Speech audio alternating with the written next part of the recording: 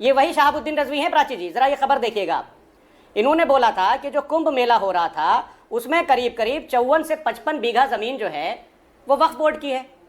तो उस time TV channel पर हम ही आकर के बोल रहे थे कि इस मौलाना को मेंटल हॉस्पिटल की जरूरत है।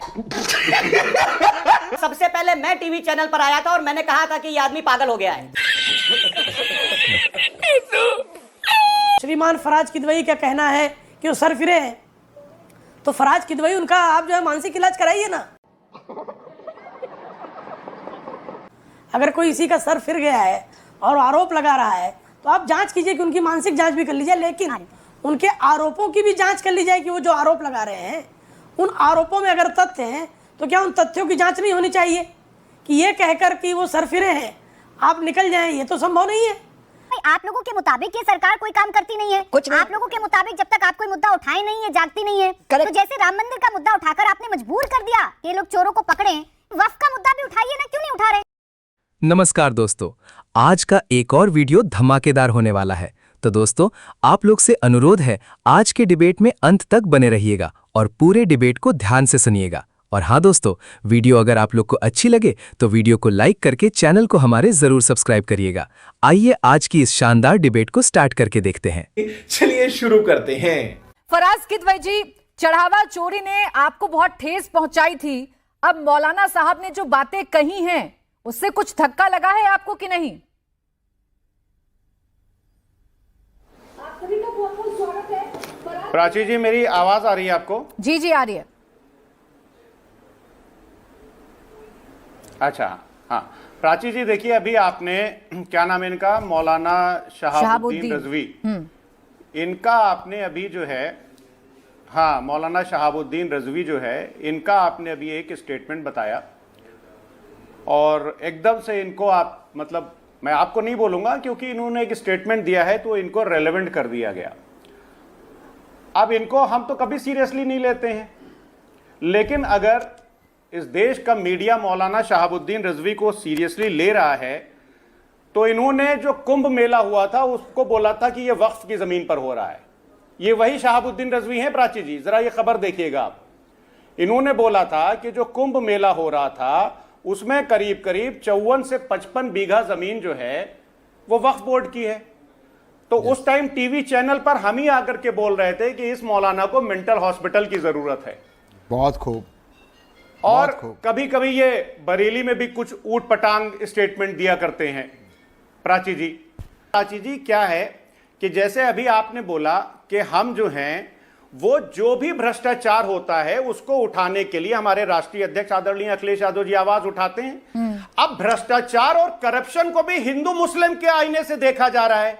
मैं तो कहता हूं कि अगर वक्फ में कोई भ्रष्टाचार हुआ है तो उसकी भी जांच होनी चाहिए। और हिंदुस्तान टाइम्स की 29 मार्च 2025 की खबर है कि उत्तर प्रदेश की राजधानी लखनऊ के पॉश एरिया गोमती नगर में एलडीए के कर्मचारियों की मदद से फर्जी डॉक्यूमेंट्स बता करके बना करके करोड़ों की जमीन का हेरफेर हुआ, उसकी भी जांच होनी चाहिए। भ्रष्टाचार को भ्रष्टाचार के तौर पर ही देख रही हूँ और मैं फिर कह रही हूँ, चढ़ावा चोरी पर आपकी भावनाएं आहत हुई थी, आपके नेता को धक्का लगाता ठेस पहुंची थी।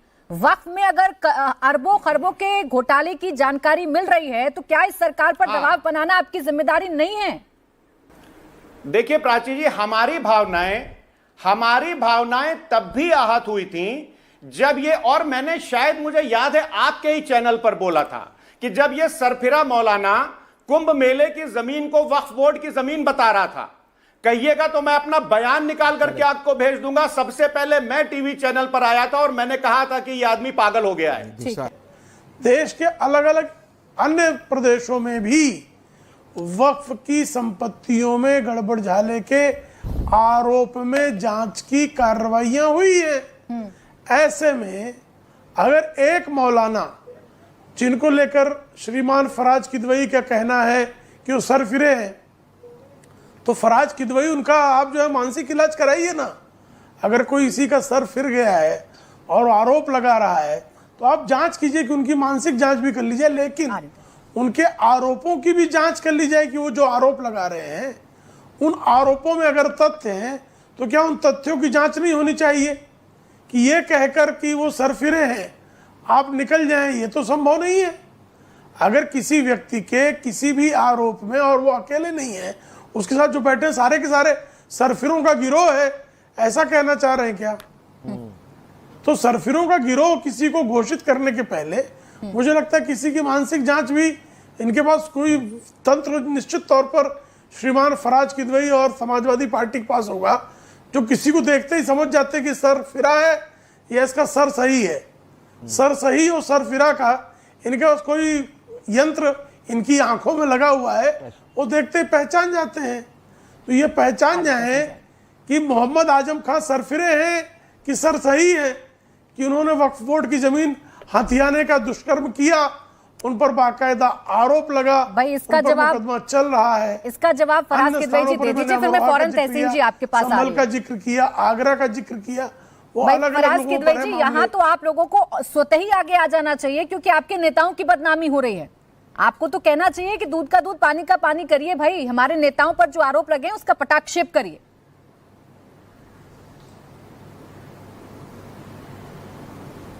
प्राची जी, मुझे आपकी आवाज नहीं मिली, but I could figure out कि आप क्या पूछना चाह रही हैं।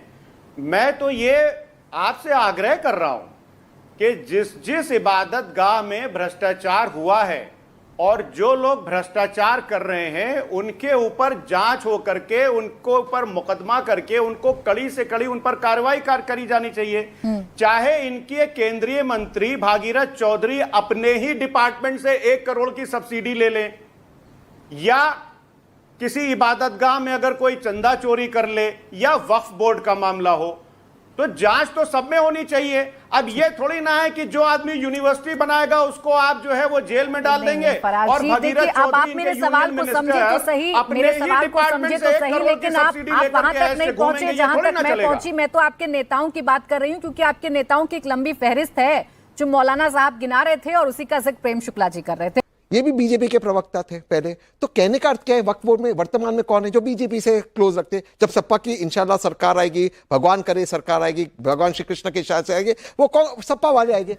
तो अब इनकी सरकार में इनके वाले इनको नहीं दिखा रहा है क्या? पहले तो यूपी वाले नेताओं से पूछ लीजिए अपने कि वो समाजवादी पार्टी को सरकार में आता देख रहे हैं कि नहीं। 100%। पहले पूछ लीजिए इमरान मसूद साहब से। मैं इमरान मसूद की भी बात करता हूं। सुनिए, समाजवादी पार्टी के साथ हैं सुनिए, क्योंकि अभी तो उनके मुताबिक उत्तर प्रदेश का मुसलमान सिर्फ और सिर्फ कांग्रेस की तरफ 100% है कांग्रेस के साथ। क्या गलत है? तहसीन जी, मैं तो खुद ही ये बात कह रही हूँ ना भाई, आप लोगों के मुताबिक ये सरकार कोई काम करती नहीं है। कुछ नहीं। आप लोगों के मुताबिक जब तक आप कोई मुद्दा उठाए नहीं है, जागती नहीं है। Correct। तो जैसे राम मंदिर का मुद्दा उठाकर आपने मजबूर कर दिया कि लोग चोरों को पकड़ें, वक्फ का मुद्दा भी उठाइए ना, क्यों नहीं उठा रहे? वही तो, थैंक यू प्राची जी। अब समझ में आया कि ये सरकार निकम्मी है, सोई है, बिल्कुल कुंभकर्ण की नुइंद सोई है। इसको हमें जगह कर उठाना पड़ेगा। या राम मंदिर पर जगाएंगे, वक्फ पर चुप्पी साध लेंगे। अरे राम तो गलत है ना? नहीं, मैं हमेशा क्या कहता हूं आपके शो पे, ऐसा कोई सगा नहीं जिसको भाजपा ने ठगा नहीं। राम मंदिर, भव्य राम मंदिर में भी किसको, छोटे लोगों को आप पर भी लागू हो रहा है ना? सुनिए, नहीं, सुन लो। राम मंदिर पर आप लोगों ने जितने सवाल उठाए थे सिंह जी, मैंने उस पर डिबेट किया, मैंने सवाल पूछे, लेकिन वक्त पर आप लोग चुप हो जाते हैं ये कह के कि सरकार की नाकामी है। नहीं प्राची जी, हम दोनों सेम चीज कह रहे हैं। सुनिए, चाहे भव्य राम मंदिर हो चाहे वक्फ हो, किसको पकड़ा इन्होंने छोटी मछलियों को पकड़ा।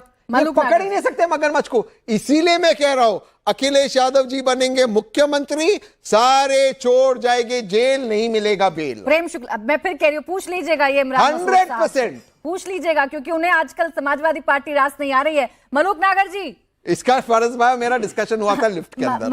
मलूक नागर जी, तहसीन जी जो कह रहे हैं भाई कि हम तो कह रहे हैं हर मसले पर जांच करिए, आप ही हैं जो अलग अलग चश्मे से देखने लगते हैं।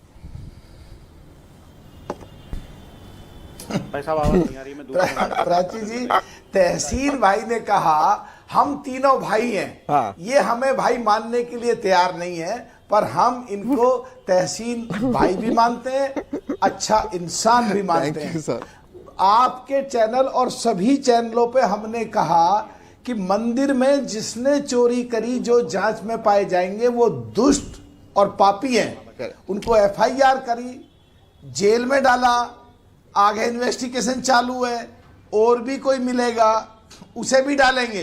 पर इन तीनों भाइयों का मुंह क्यों फूट जाता है ये कहने में कि अगर किसी भी इबादत गाह में, किसी भी दरगाह में, कहीं भी मज़ारों में या वक्फ बोर्ड में अगर कहीं घोटाले हो रहे हैं या वक्फ बोर्ड से संबंधित गरीब मुसलमानों के साथ अत्याचार हो रहा है और कुछ चुनिंदा लोग भ्रष्टाचार करके गरीब मुसलमानों का हक हड़प रहे हैं या उस पैसे को खा रहे हैं, बजाय वहां हॉस्पिटल और स्कूल गरीब मुसलमानों को सुविधा देने के बजाय, तो वहां ये इधर की और उधर की बात क्यों कर रहे हैं? ये क्यों नहीं कहते कि अगर कोई दरगाह में, ये मजारों पे, ये इबादत गाह में भ्रष्टाचार करेगा, चोरी करेगा, जैसे हमने मंदिर के बारे में कहा वो दुष्ट और वो पापी होगा, ये क्यों नहीं उसे दुष्ट और पापी कह रहे? ये क्यों नहीं कह रहे कि उसकी भी जांच हो,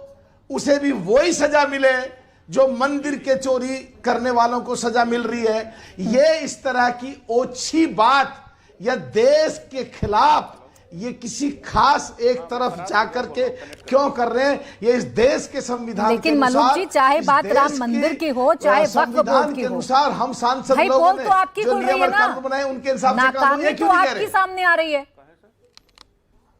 चाहे कोई भी घोटाला हो, सरकार में तो आप ही हैं जी। फिर शादाब जी। मलूक साहब, मैं तो आपका बहुत आदर करता हूं।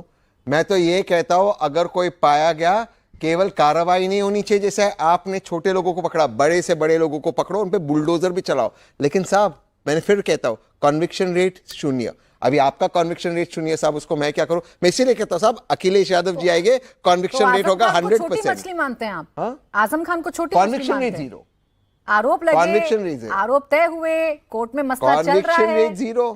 ये कुछ कर ही नहीं पाते। आजम खान छोटी मछली तो नहीं है ना? 9 साल में एक कन्विक्शन नहीं ला पाए, एक कन्विक्शन नहीं ला पाए। अच्छा रुक जाए शादाब जी, देखिए आजकल सनातन खूब चल रहा है और सनातनियों का दर्द भी सबको खूब दिख रहा है। ऐसे में वक्फ की चर्चा करना सब भूल गए हैं, वक्फ का मुद्दा उठाना सब भूल गए हैं। आप तो कम से कम उठाइए, ये तो नए नए सनातनियों की बात कर रहे हैं, कम से कम आप तो जोर शोर से कहिए कि अगर वक्फ में घोटाला है तो ये सरकार जांच करे, ये मुसलमान भाइयों के साथ गलत हो रहा है। यहाँ फराज किदवई जी, मसला सिर्फ इतना ही है, भ्रष्टाचार तो भ्रष्टाचार होता है, आपने कहा कि इसे अलग अलग चश्मे से देखा जाता है। आप क्यों तो आग कर रहे हैं? आप तो समानता की बात करते हैं, आप तो सनातन ही समाजवाद बताते हैं, तो इस समाजवाद में ये मसला भी तो उठेगा ना।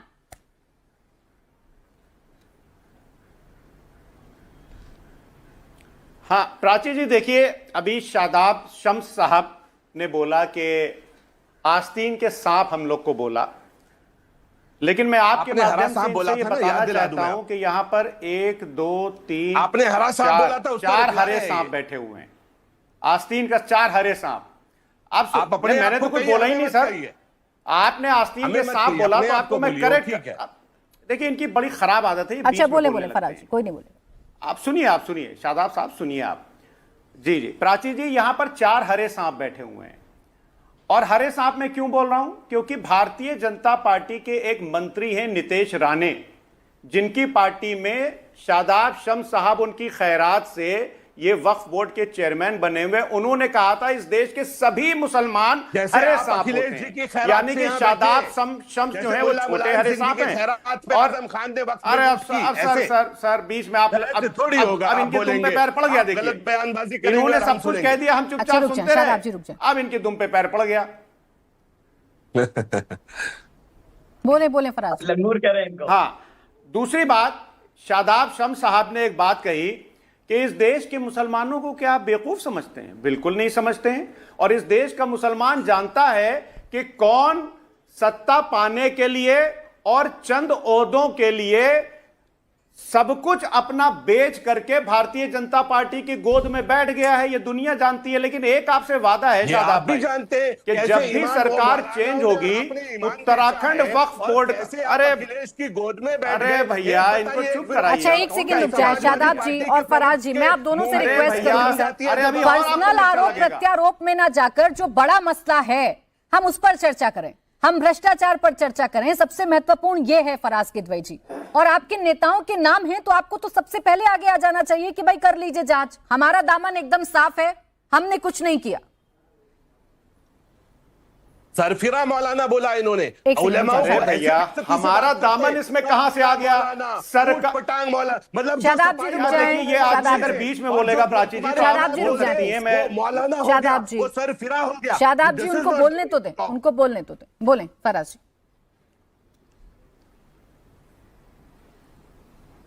देखिए ये सरफिरा बोल रहे हैं ना, जो भी आदमी ये बोलेगा कि कुंभ का मेला वक्फ की जमीन पर हो रहा है वो सरफिरा है। एक बार नहीं 3 बार कहूंगा, सरफिरा है, सरफिरा है, सरफिरा है। आपको बुरा लगता हो तो बुरा लगने दीजिए। मैं तो प्राची जी एक आपके माध्यम से सवाल पूछना चाहता हूं, आवाज डाउन रखें कि भैया वक्फ में अगर कुछ गड़बड़ियां हो रही हैं या बोले, आप बोले यार, ये आदमी बोले, आप बोले। क्या बोलूं मैं, ये बार बार डिस्टर्ब कर देते हैं यहाँ करके। अरे फराज किदवई क्या जी, बोलूं प्राची? फराज किदवई जी, मैंने आपको पहले भी क्लियर किया था, मैं आपको फिर क्लियर कर देती हूँ। आप शहाबुद्दीन रजवी पर बोले ना बोले, लेकिन ये शिया धर्मगुरु हैं सैयद सैफ अब्बास साहब, ये भी यही बात कह रहे हैं। तो क्या आप इनके लिए भी आप ऐसे ही शब्दों का इस्तेमाल करेंगे? ये भी कह रहे हैं कि हम सरकार से मांग कर रहे हैं कि इसकी जांच होनी चाहिए। ये कह देने भर से आपको दिक्कत क्या हो रही है? प्राची जी, मैं फिर से बहुत बहुत विनम्रता से मैं ये कहना चाहता हूं, फिर से मैं बोल रहा हूं कि भ्रष्टाचार एलडीए में हो या वक्फ बोर्ड में हो या किसी भी इबादत गाह में हो, उसकी जांच होनी चाहिए। अब ये बताया जाए कि वक्फ के देश के किस वक्फ बोर्ड में कहां पर भ्रष्टाचार हुआ है, हम उसकी भी आवाज उठाएंगे। अरे भैया, ये बताया तो जाए ना कि लखनऊ के वक्फ बोर्ड में हुआ है कि कानपुर में हुआ है। उत्तराखंड में तो जरूर हुआ होगा पिछले 5-6 सालों में बड़ा भ्रष्टाचार। ये खुल करके आएगा, चल रही है ना, ये आगे खुल करके आएगा और इसकी जांच भी होगी। और जो लोग भ्रष्टाचार कर रहे होंगे। फराज जी देखिए, मैंने आपसे सवाल क्यों पूछा? मैंने शुरुआत में ही कहा था कि आप इस सरकार के हर कदम पर रखते हैं नजर, और आप ही ने कहा कि राम मंदिर कभी उजागर ना होता अगर अखिलेश यादव ना आते बीच में, तो यहां भी तो आइए ना। यहां क्यों चुप हैं? यहां क्यों इंतजार कर रहे हैं कि मैं सवाल पूछूं तभी बोलेंगे, वरना नहीं बोलेंगे? बिल्कुल सही। कैसे आऊं? वैसे ही जैसे राम मंदिर पर आए थे। कैसे आए बताइए? लिख के राम मंदिर पर आए थे। एक स्टैम्प पेपर पे लिख के दे दूं मैं? नहीं, जैसे राम मंदिर पर आए थे। नहीं, राम मंदिर पर आपने इंतजार नहीं किया था कि प्राची पाराशर सवाल पूछेंगे, आप तभी स्टैंड रखेंगे। प्राची जी 4 पॉइंट प्लीज। आ रही हूँ सर। फराज जी, तब आपने इंतजार नहीं किया था। वक्फ पर जो बहस है, हाँ। वक्फ पर जो बहस है, अरे सुनिए, बोले। वक्फ पर जो बहस है वो पिछले 2-2.5 साल से चल रही है। और आपको मैं एक बात और बता दूं कि अभी औरंगजेब भी अपनी कब्र से निकल करके आएगा अगले हफ्ते 10 दिन। देखिए, आप औरंगजेब तक पहुंच गए फराज जी, लेकिन जो मैं कह रही हूँ उस पर जवाब नहीं दे रहे। मैं तहसीन जाऊं, बस फौरन एक बार प्रेम शुक्ला जी का जवाब दूं, उस पर फिर मैं आपके पास आ रही हूँ। प्रेम शुक्ला जी, देखिए, इनको पीछे छुपना है औरंगजेब के। अच्छा, रुक जाए। तो दोस्तों, आज की इस डिबेट में अंत तक बने रहने के लिए आप सभी का बहुत बहुत धन्यवाद। उम्मीद करता हूं कि आपको यह वीडियो पसंद आई होगी। आज के इस मुद्दे पर आपकी क्या राय है, कमेंट बॉक्स में लिखकर हमें जरूर बताइएगा। और हाँ दोस्तों, अगर आपको ऐसी डिबेट वीडियो देखना पसंद है तो वीडियो को लाइक करके हमारे चैनल को सब्सक्राइब जरूर कर लें, क्योंकि यहाँ आपको ऐसी ही शानदार डिबेट्स देखने को मिलती रहेंगी। इस वीडियो को ज्यादा से ज्यादा शेयर भी कीजिएगा ताकि ये जानकारी सभी तक पहुंच सके। आपसे जल्द ही मुलाकात होगी एक और बेहतरीन डिबेट के साथ। तब तक के लिए जय हिंद, जय भारत।